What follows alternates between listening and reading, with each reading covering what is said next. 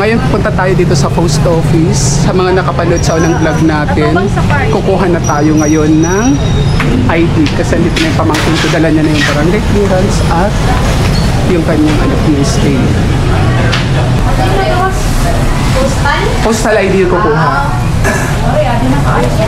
So nagpaalam tayo sa pinaka-head dito sa post office. Bali may form na pinipilautan yung pamangkin ko. Ito yung requirements sa mga gustong kumuha ng postal ID ha.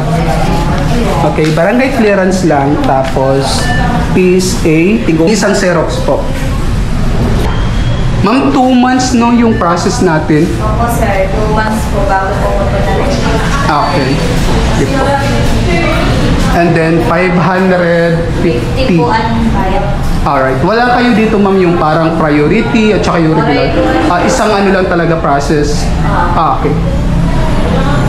Okay, sa mga gustong pumunta dito ha, kumuha ng postal ID, validity ng ID natin? 3 years po. 3 years? Opo. Bali 3 years na po. Magre-renew na lang po sa Pag nag-expire, okay po. Mga gusto pong kumuha ng postal ID ha, ito po yung complete details po kung ano yung dapat yung dalhin dito. Pero sa amin is barangay clearance at saka PSA po. Dalawang, isang Xerox lang po and then 550 yung bayad po. Itong requirements na nasa baba, proof of identity which is yung ID. Pero yun nga, kung meron naman ng PSA is hindi na siya hindi siya kailangan. Okay, so yung part na to after nyo po mag-fill out is yung pinaka-resibo na po.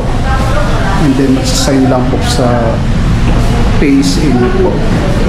Bali magsasignature na siya ngayon through digital sign para dun sa i-attach sa mismong ID.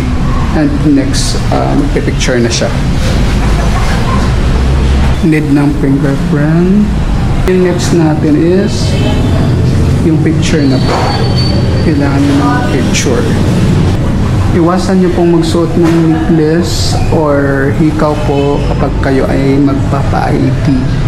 And wag din po ng makapal na makeup. Or mas maganda kung pulbos lang o powder, pwede na yan. Straight body ka, Day? Madam.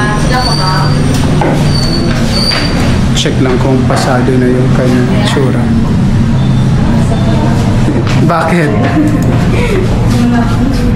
Ayos na kasi.